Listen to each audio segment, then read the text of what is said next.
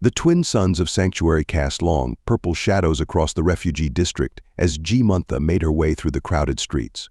Her 4 arms clutched tightly to her meager possessions, her bioluminescent spots dimmed in an instinctive attempt to avoid attention. Not that it mattered much here, every alien on this world was a refugee, each with their own tale of loss and regret. As she approached the communal gathering area, her gaze fell upon a familiar figure. Zaxvora sat alone, his chitinous exoskeleton dulled by the harsh light of exile. Like G-Muntha, he was one of the last of his kind. "Mind if I join you?" G-Muntha's translator implant rendered her melodic language into the harsh clicks of Zaxvora's native tongue. The insectoid alien's antennae twitched in acknowledgement. "Please, sit. It's good to see a familiar face." As G-Muntha settled beside him, a heavy silence fell between them. It was Zaxvora who finally broke it, his mandibles clicking softly as he spoke. "Do you ever think about it? About before?" G-Muntha's bioluminescent spots flickered in a pattern that denoted deep sadness. "Every day, every moment. How could I not?" Their eyes, G-Muntha's multifaceted orbs and Zaxvora's compound lenses, turned skyward, as if they could see beyond Sanctuary's atmosphere to the stars where their homeworlds once thrived. "We were so foolish," Zaxvora chittered, his voice filled with bitter regret. The Hive Imperium, in all its billions of years of existence, had never encountered a species like the humans. G-Muntha's tendrils curled in agreement. The luminous Concord was no different. We saw their fractured politics, their primitive FTL drives, their limited colonization efforts. We thought them weak. "Weak," Zaxvora repeated, the words sounding like a curse. "We thought their planet would fall in days. Instead, they united," G-Muntha finished. Her bioluminescent spots pulsed rapidly, mimicking the terrifying barrage of human weaponry she had witnessed. In the face of our attack, all their internal squabbles vanished. They became as one, a singular force of vengeance and fury. Zaxvora's exoskeleton shuddered at the memory. They called it the Terran Defense Force, but there was nothing defensive about it. The counterattack was devastating. G-Muntha closed her eyes, remembering. They didn't just defeat us. They unmade us, shattered planets, collapsed stars, unraveled the very fabric of space-time in sectors where our people once thrived. And yet, Zaxvora added, his tone a mix of fear and awe, they showed mercy to those who surrendered. Established refugee worlds like this one. G-Muntha's tendrils twisted in a complex pattern of confusion and grudging respect. They are a paradox, these humans, capable of such destruction, yet also of compassion. I've heard they even accept refugees on their own worlds. "Would you go?" Zaxvora asked, his antennae quivering at the thought. "To Earth or one of their colonies?" G-Muntha's bioluminescence dimmed to near darkness. "No. The shame, the fear, it's too much. But sometimes I wonder if we made the right choice, fleeing to neutral space." Zaxvora's mandibles clicked in dark amusement. "As if we had a choice. We're the last of our kinds, G-Muntha. The lingering remnants of civilizations that dared to challenge humanity."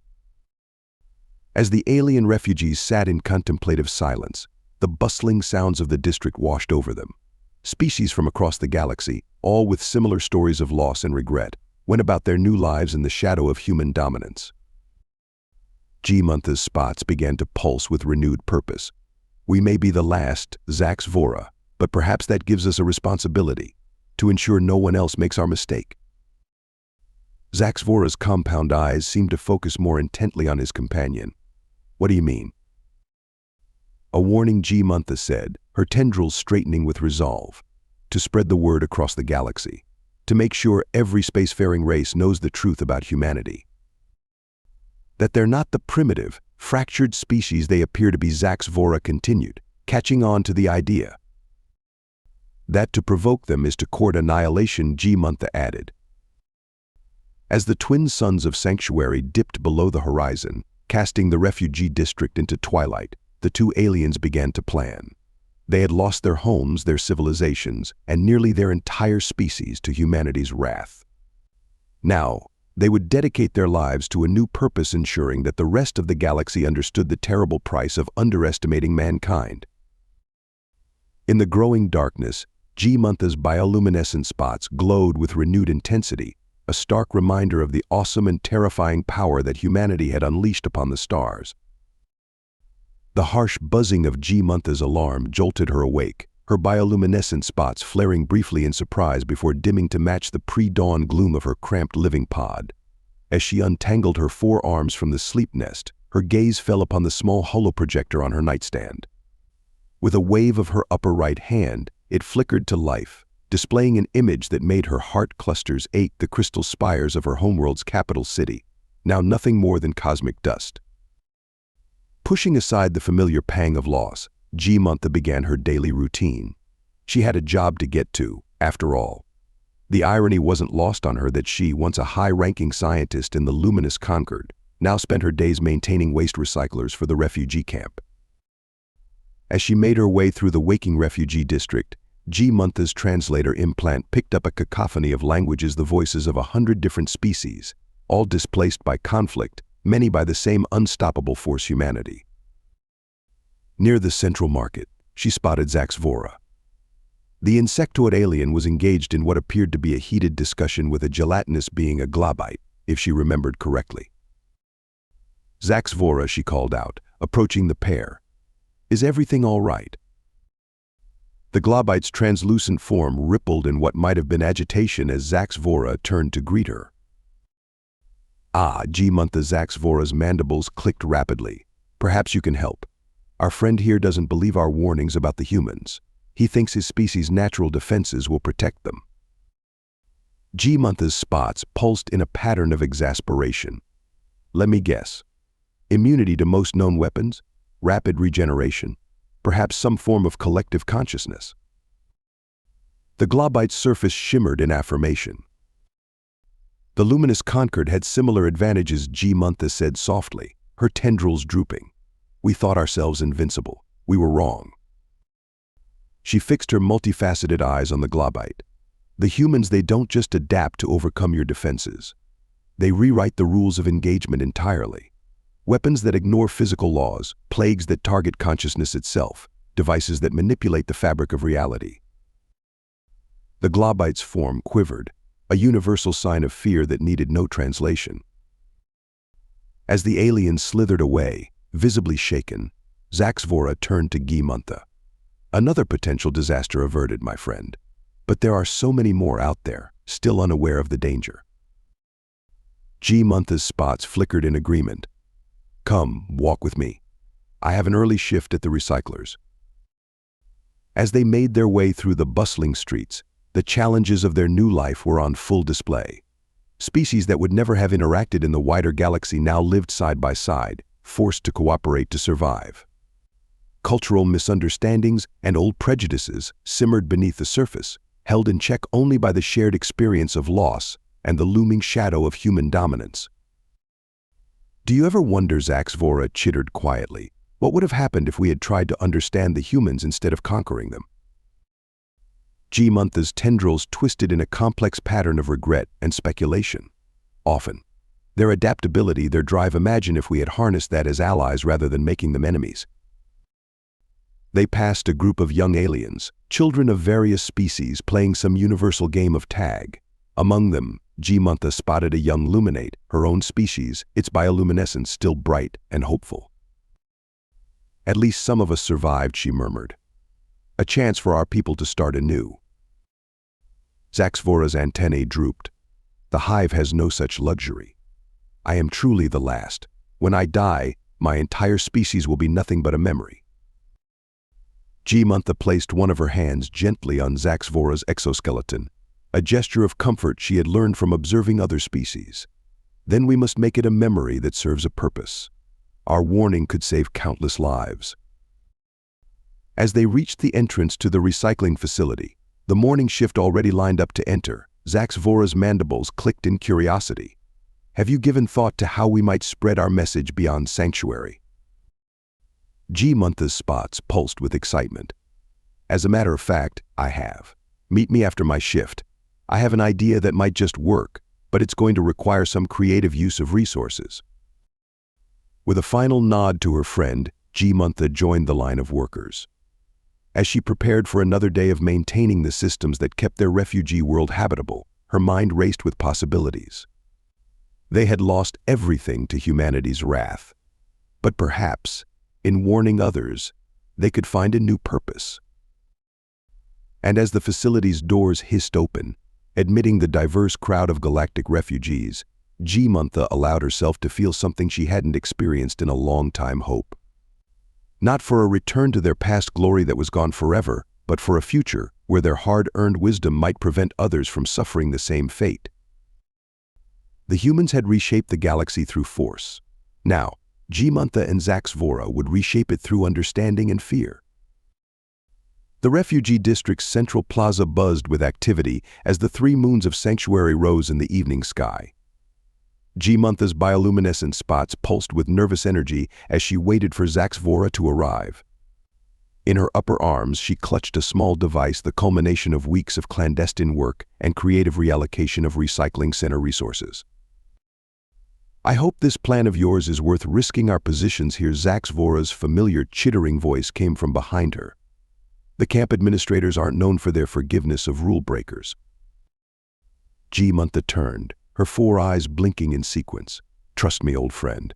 If this works, we'll be doing far more good than any recycling shift could achieve." She held up the device, a cobbled-together transmitter that looked more like a child's art project than a piece of advanced technology.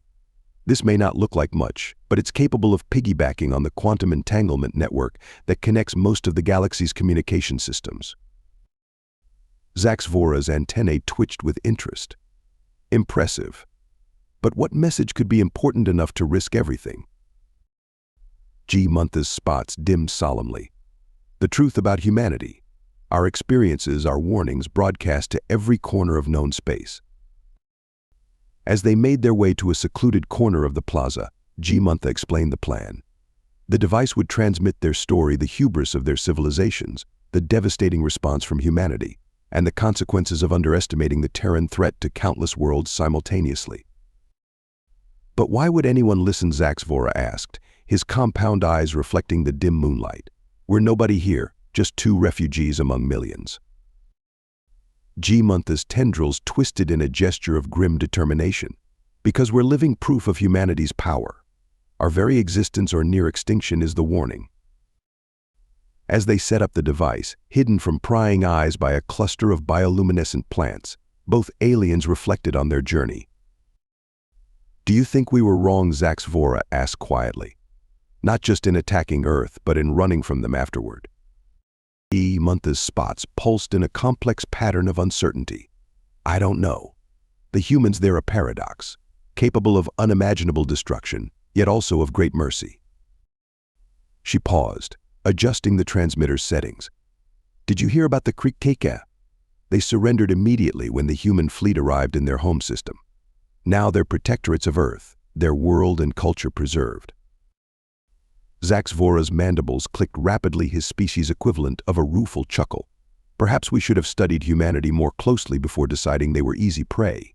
Their history is full of such contradictions. Brutal conquerors and benevolent peacekeepers, often in the same era." As the device hummed to life, G-Mantha felt a weight lift from her heart clusters. That's why this warning is so important. The galaxy needs to understand that humanity isn't just another spacefaring race. They're more. "Apex predators," Zaxvora added, wearing the clothes of civilization. With a final adjustment, G-Mantha activated the transmitter.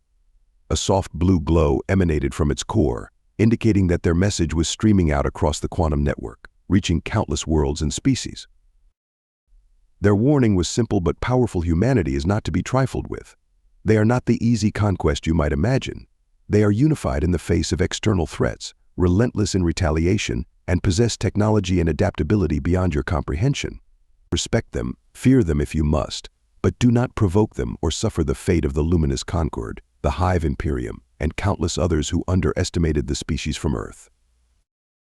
As their message beamed across the stars, G-Mantha and Zaxvora stood in silence, watching the moons of their refuge world trace their paths across the alien sky. "What now?" Zaxvora finally asked. G-Mantha's spots pulsed softly.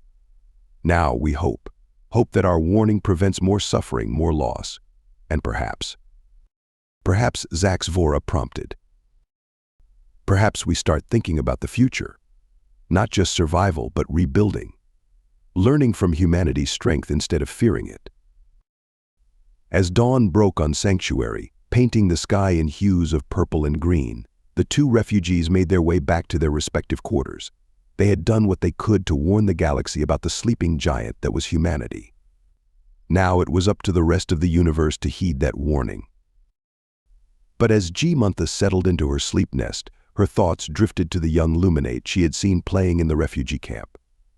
Perhaps, she mused, there was a future where the descendants of her people might find a way to coexist with humanity, not as conquerors or conquered, but as equals in the vast, unforgiving expanse of the cosmos. It was a small hope, as distant as the Earth itself.